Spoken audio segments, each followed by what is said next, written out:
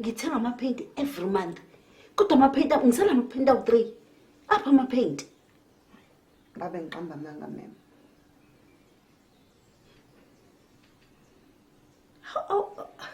Awukwazi ukisho leyo nto. Ubani omunye ongena le ndlini ngoba wena kuphela? Hayi ngiyaxolisa mem mekuwukuthi mhlawumbe ucabanga ukuthi ngiyawantshontsha ama-paint akho. Hayi ama-paint nje akuyona nento engiyithandayo angiwagqoki ngisho ukuwagqoka nje ama-paint angiyigqoki nje into ekuthiwa i-paint ngafundiswa ngisamncane ekhaya ukuthi i-paint liqeda i-taste. Ungabuza ngisho nangumyeni wakhe angakutshela nje mina ne-paint nje asihlangani.